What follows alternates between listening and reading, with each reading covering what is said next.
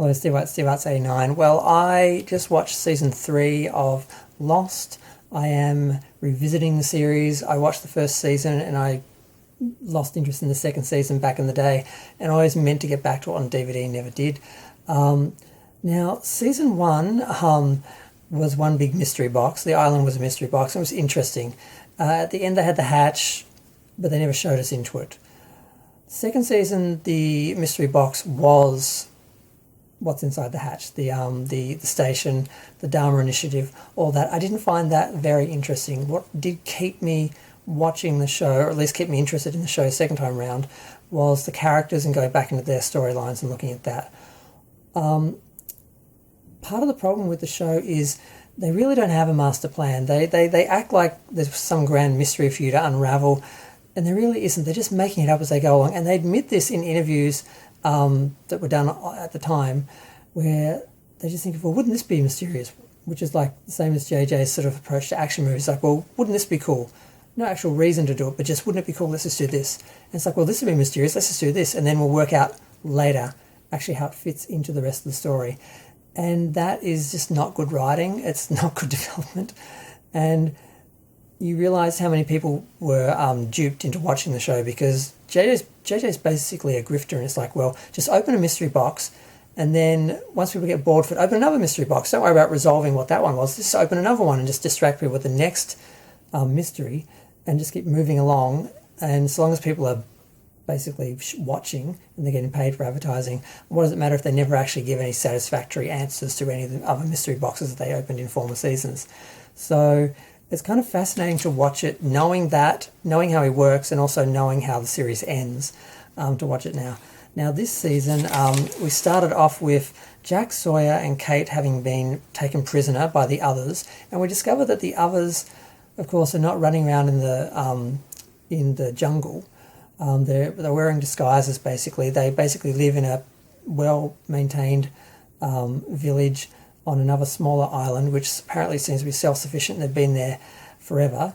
Basically, the Dharma initiative has been around for a long time, and we do see how their history unfolded through the series. But basically, the other people are wanting to rescue Jack, Sawyer and Kate, and there's a lot of time wasted with them, with a romance back and forwards between the characters. And, you know, Jack seeing Kate and Sawyer get together and all this sort of stuff. But and Jack being forced to operate on Ben.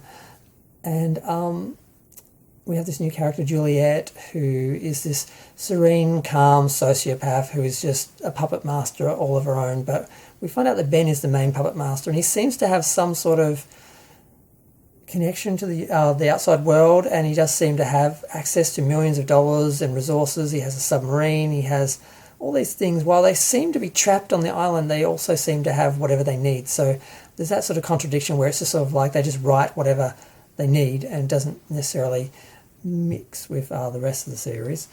We find out there's a rescue ship about 80 kilometres off the coast, and the guy Desmond, who's having visions, and he apparently only started having visions after he turned the key and got zapped by the electromagnetic field.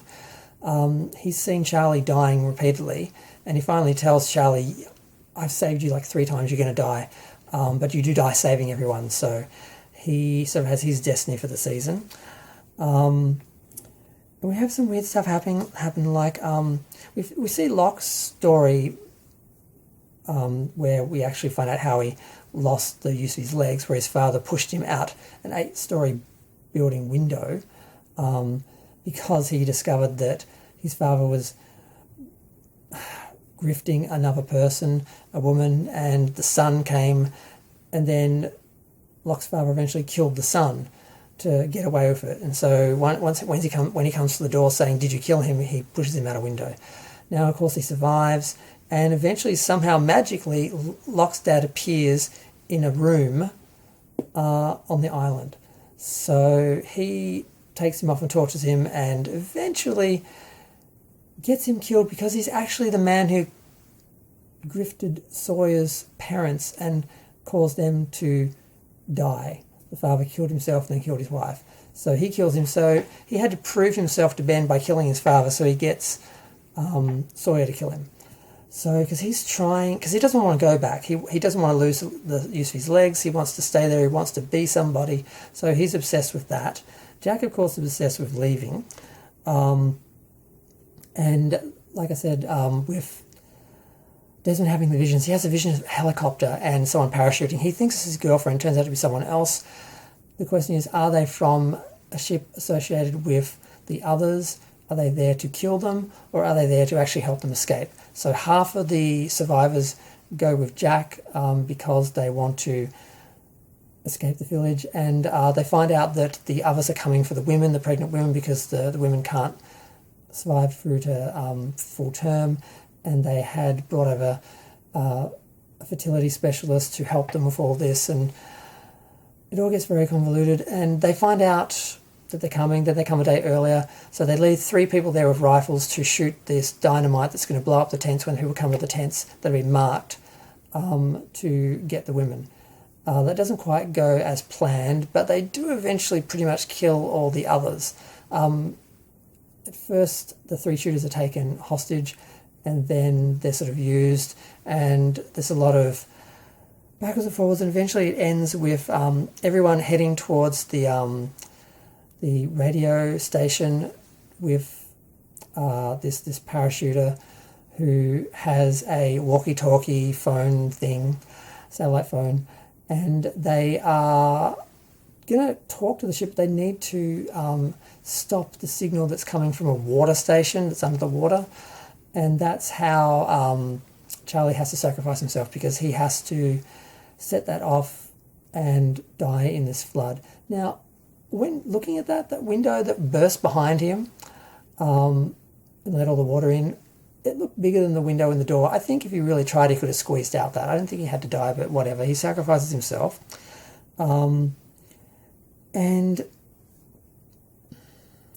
what else happens? I think that's it. I'm thinking at the start of the 4th season, nearly going too far into the stories.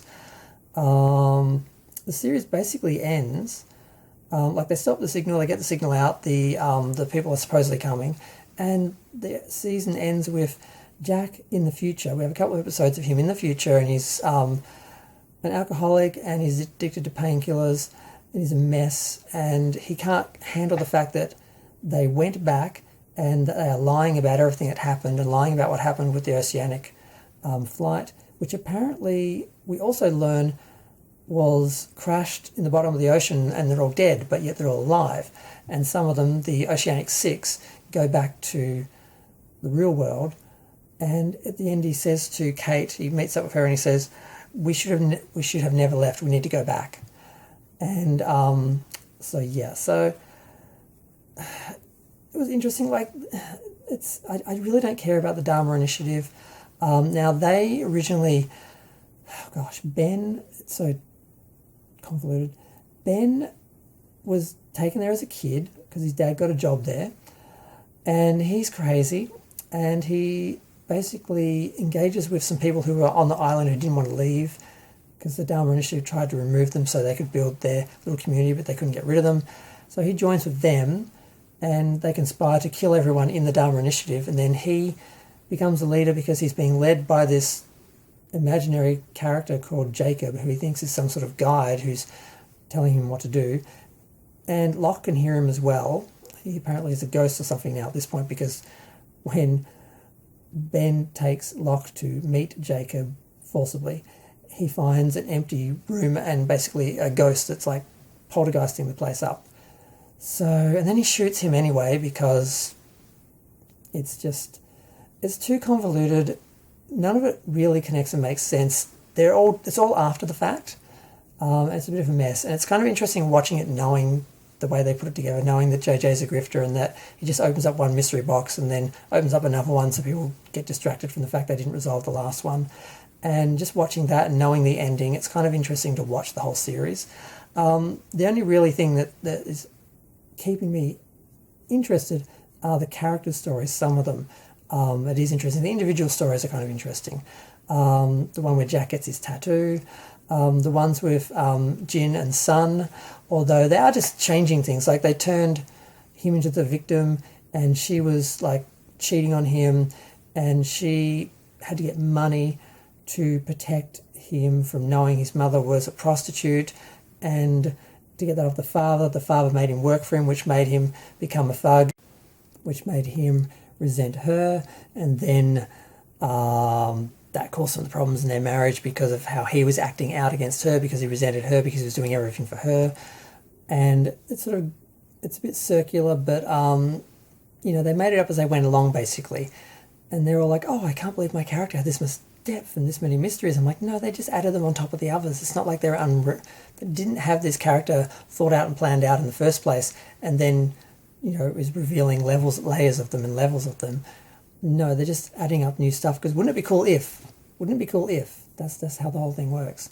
So it's disappointing. I feel bad for all the people who invested in the show back in the day, thinking they were going to have a mystery to unravel, where there never was a mystery to unravel. They were never going to be able to do that, because they were just making it up as they went along. And that's probably why the ratings did drop considerably each season, and I think they lost about 5 million between the first season and the last season. But they still kept a lot of people hanging on, just wanting to see what was going to happen and how it was going to finish, and probably a few still believing that there was some mystery to actually resolve when there really wasn't. But I'm into season 4. I will see it all the way through, mostly just because I want to be able to say I watched it, and I want to be able to talk about it to other people if it comes up and actually know the series, instead of just sort of cynically dismissing it for all the issues with it. I'd rather at least be able to talk intelligently about what they actually did on the show. So yeah, I'm going to go. Feel free to share, like, comment, subscribe. Let me know what you think. I'm going to get back to Lost.